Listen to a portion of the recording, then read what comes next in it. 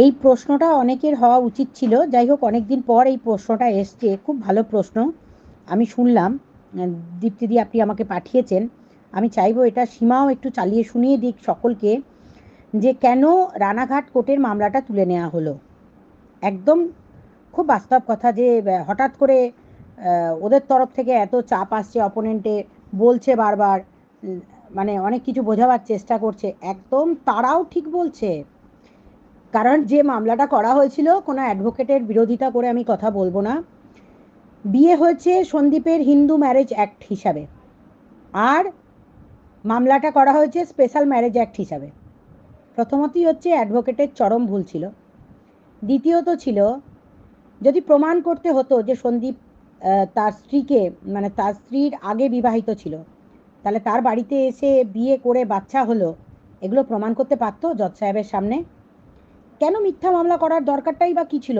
এই যে অ্যাডভোকেটরা মিথ্যা মামলা করান, আমি তো চাইবো না যে সন্দীপ কোনো মিথ্যা মামলা করুক টিনার বিরুদ্ধে, বা এটাও উচিত হবে না টিনার আর এক্সট্রা ফার্দার মামলা করা।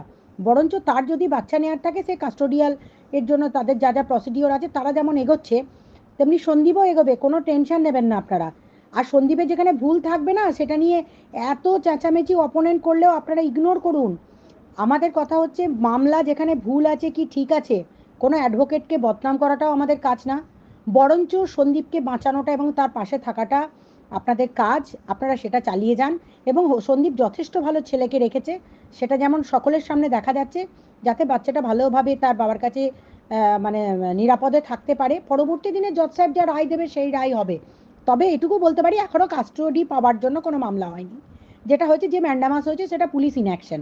আর পুলিশ ইনঅ্যাকশনের মামলার সাথে এটার অনেক অনেক গভীর জলে, এখনো পর্যন্ত হাইকোর্টে যারা জানেন না, আমার মনে হয় 99% লোক এ তো কিচ্ছু জানেন না তারা, এখনো পর্যন্ত সার্ভিস হয়নি। মামলাটা লিস্টে দেখালে হয় না, মামলাটা এখনো সার্ভিস হয়নি, মামলার এখনো ডেট পড়তে দেরি আছে। এত তাড়াতাড়ি মানে মানুষ একদম সব কিছু, মানে মনে হচ্ছে যেন ম্যাডাম অমৃতা সিনহার রুমে চলে গেছে। মানে মামলাটা লিস্টিং হয়েছে সবে, এখনো সার্ভিসিং হয়নি মামলাটার, কেউ কপি সার্ভ হয়নি। তারপরে মামলাটার 18 থেকে 20 জন পার্টি।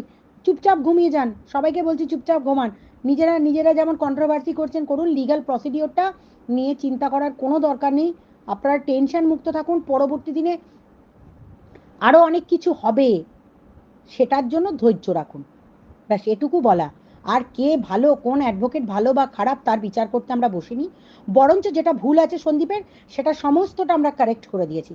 এটা নিয়ে আপনারা কোনো চাপ নেবেন না। আর এই সোশ্যাল মিডিয়াতে এসে সন্দীপের কেস নিয়ে কি হচ্ছে না হচ্ছে, কেন আমি সন্দীপের কেস কেন, বড় বড় 2-4টে ইউটিউবারের কেসও আমি সামলাচ্ছি, সেগুলো নিয়ে এসে বলার আর কোনো মানে হয় না।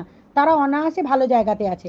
বরঞ্চ আপনারা শুধু শুধু টেনশন নিচ্ছেন আর হেডেক বাড়াচ্ছেন। আমি প্লিজ দয়া করে এটা চাইবো না যে আপনারা এই টেনশনটা বা হেডেকটা আপনারা নিন। যাদের কষ্ট হচ্ছে, কারণ তারা বুঝতে পারেনি মামলাটা কিভাবে আমরা তুলে নিলাম, সেটাই হচ্ছে তাদের কষ্ট হচ্ছে, যে মামলাটা কি করে হট করে উঠে গেল। মানে তারা ভাবতে পারেনি যে আমরা ঠিক পথে সন্দীপকে কি করে গাইড করে দেবো। সুতরাং এগুলো শুনতে থাকবেন। আর আরেকটা কথা, একজন বললেন মিলি দেবী, কি নাম, তার নামটা ভুলে গেলেন, তিনি বললেন এই বাচ্চারা জামা কাপড় আসছে আসছে, সেই সময়ই আমি এন্ট্রি নিয়েছি, তার আগে আমি এন্ট্রি নিইনি।